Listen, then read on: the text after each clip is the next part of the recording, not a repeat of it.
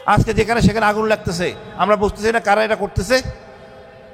আপনার টাকা ঘোষণা দেন, আমরা গরিব কিন্তু লোভী, কম বেশি সবাই আমরা লোভী।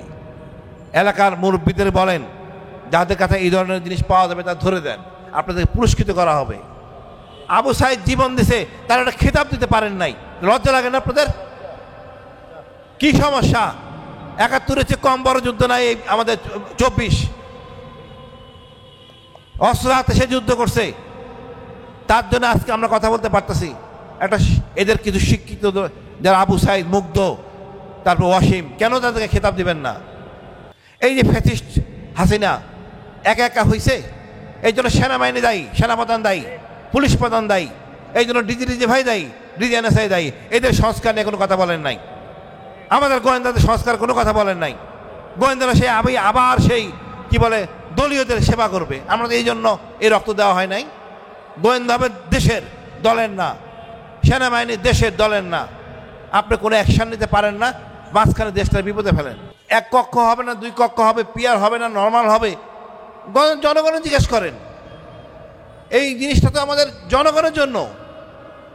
একটা বিপ্লব হইলো, আপনি এটাকে বানায় দিলেন অভ্যুত্থান। এই অভ্যুত্থান করে আপনি আমাদের সব কিছু আশা ভরসা নিঃশেষ করে দিলেন। আপনারা 75-এর বীর মুক্তিযোদ্ধা, এদের সম্মান দেখালেন না, এতে ফিরে আনার জন্য কোনো অঙ্গীকার করলেন না, বিডিআর হত্যা বিষয়টা আনলেন না। এই শুক্ররঞ্জন বালি অর্থাৎ এই যে গণজাগরণ মঞ্চ আর যে বিচার হলো হাসিনার বিচার, এই শুক্ররঞ্জন বালি এই জন্য ভারতকে দোষারোপ করতে পারলেন না। তারপরে যদি ভারত প্রেম থাকে তাহলে উচিত ছিল এই ক্ষমতা না নেওয়ার, পদত্যাগ করা উচিত ছিল।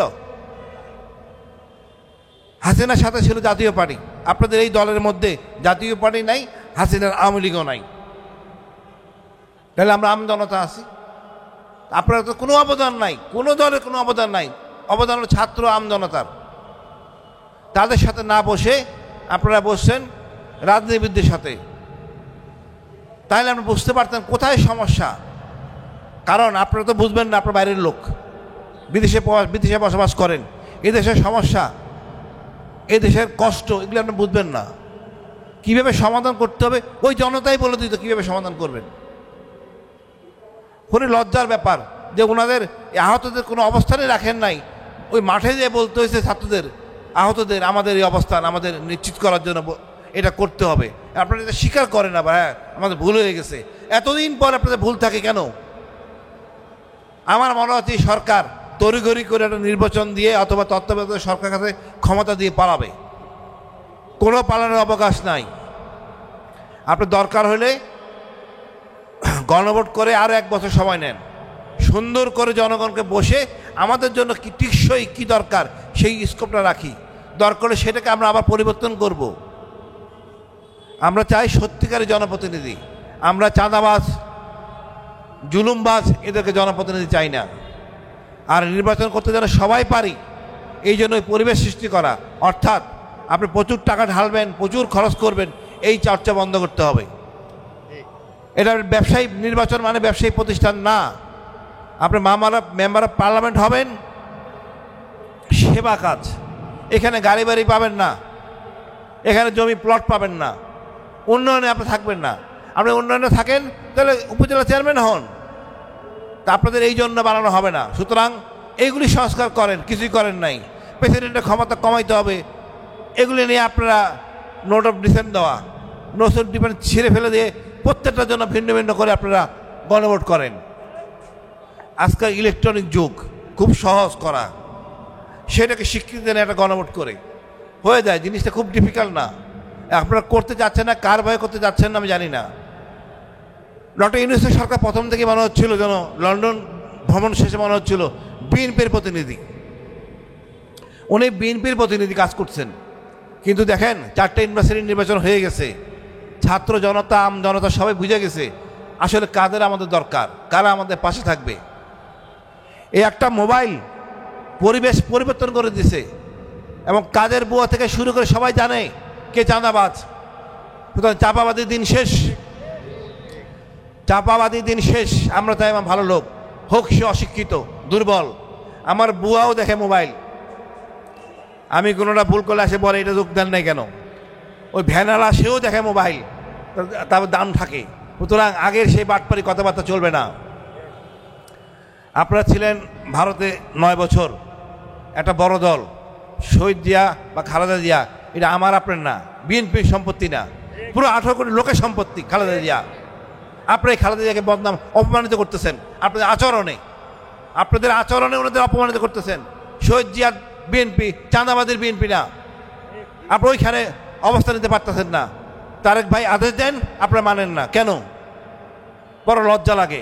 নিজের দলের লোক যদি সংবরণ করতে না পারেন তাহলে তো দুঃখজনক। 5ই আগস্টের পরে 1 মাস ভালো ছিল, এখন লজ্জাজনক। আপনার সমস্যা থাকলে শাহবাগের ফুটপাতের লোকদের জিজ্ঞেস করেন কি কত টাকা চাঁদা দেয়। এটা খুব আসলে ব্যক্তিগত ব্যাপার। আপনাদের ধর্ম কোনো জিনিসই নেই, আসলে চাঁদাবাদি করে খাবেন। এটা হবে আমার নেতা, আবার সেই বাটপারি করবে। আমরা তো এই নেতা চাই না। এই জন্য 71 হয় নাই, এই জন্য 75ও হয় নাই, এই জন্য 24ও হয় নাই। আমাদের সচ্চর হতে হবে এবং গণভোটের সিদ্ধান্ত, গণভোটই সবার উপরে। আমাদের সারাদের মেরে ভয় পেলে হবে না। সারা বলার জন্য লোক রাখেন, রাজপথে ডাকেন।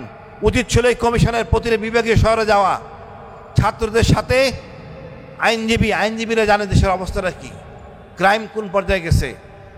আইনজীবী, পুলিশ, সাংবাদিক, শিক্ষক নিয়ে আলোচনা করা প্রতিটি বিভাগে।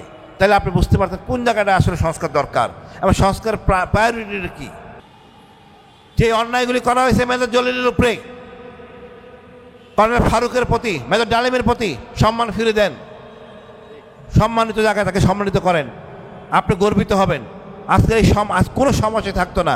আপনাদের বৈঠকে যদি মেজর ডালিম থাকতো সব সোজা হয়ে যেত, অথবা খালেদা জিয়া থাকতো সব সোজা হয়ে যেত।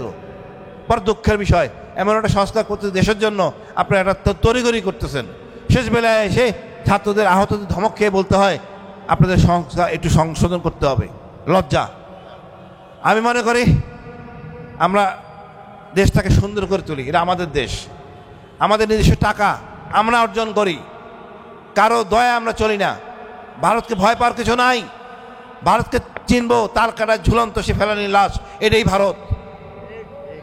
কোনো তোষামদের দিন শেষ। তবু ডক্টর ইউনূসকে প্রশংসা কিন্তু করতে হয়, অনেকগুলি বিমান উনি কিনতেছেন। ইনশাআল্লাহ ভালো দিক। আমরা লালমনিরহাটটা করব, তিস্তা করব, আস্তে আস্তে আমাদের সাহস বাড়বে। সাহস আমাদের একসাথে হয় না। আমি মনে ডক্টর ইউনূসের একা সাহস হলে হবে না, পুরো উপদেশটা সবাই সাহস হইতে হবে। ওনাদের উপার্জন জনগণের কাছে দেখাইতে হবে, আমার এই উপার্জন করছি ভাই। তা আমি তো ভয় পাই। আপনারা কেন একদিনের কথা বলবে লোকজনে? আপনি বলবেন আমি এই কামাইছি, অন্যায় করলে বলে অপরাধ দুঃখিত, লজ্জিত, ক্ষমা করবেন। ক্ষমার মধ্যে দোষের কিছু নাই। আমি মনে করি কোনো অপরাধীকে ছাড় দেওয়া হবে না।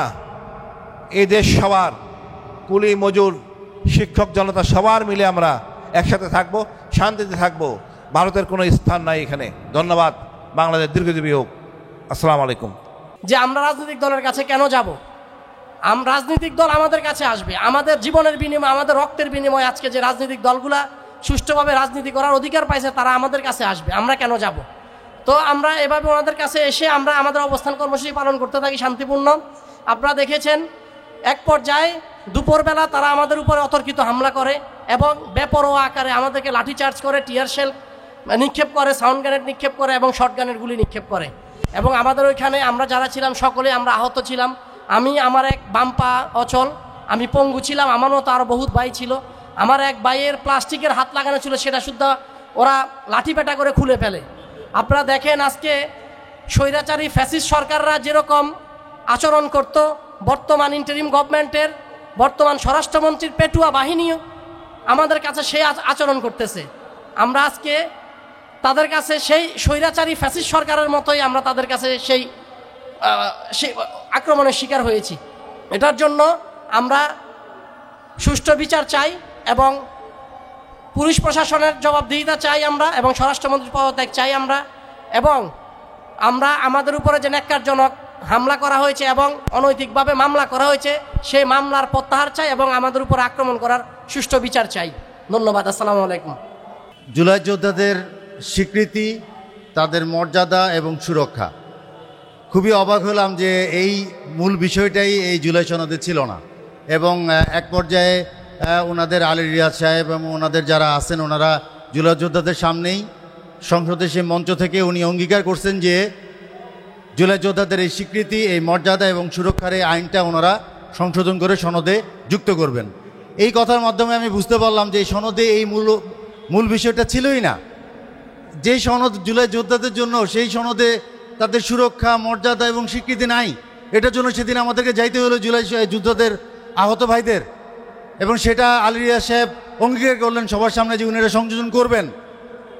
পরবর্তীতে তাহলে উচিত ছিল না ওনাদের এই জুলাই যোদ্ধাদের মাথায় হাত বুলিয়ে তাদেরকে বলা, আসো ভাই তোমাদের এবার যাও, বাসায় ফিরে যাও? তাদের তো সংসদে একটা জায়গা থাকার কথা ছিল জুলাই যোদ্ধাদের জন্য, সেটা তো ছিল না।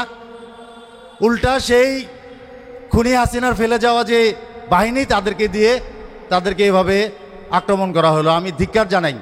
এটার জন্য তো আমরা রক্ত দেই নাই ভাই। রাজনৈতিক দলের কাছে আপনি সনদ দিবেন আর যোদ্ধারা মার খাবে, এটা হচ্ছে প্রতিষ্ঠানে এসে দেখতে হলো আমাদের। আমি শুধু বলবো যে ভাই, রাজনৈতিক দল বলেন, আমি কোনো দল বুঝি না, কিছু বুঝি না। এই জুলাই যোদ্ধাদের জন্য স্বীকৃতি, মর্যাদা এবং সুরক্ষার আইন নিশ্চিত করতে হবে গণভোটের মাধ্যমে। জনগণ ভোট দিয়ে এই আইন ভিত্তি নিশ্চিত করবে। ধন্যবাদ। ইনকিলাব জিন্দাবাদ, বাংলাদেশ জিন্দাবাদ।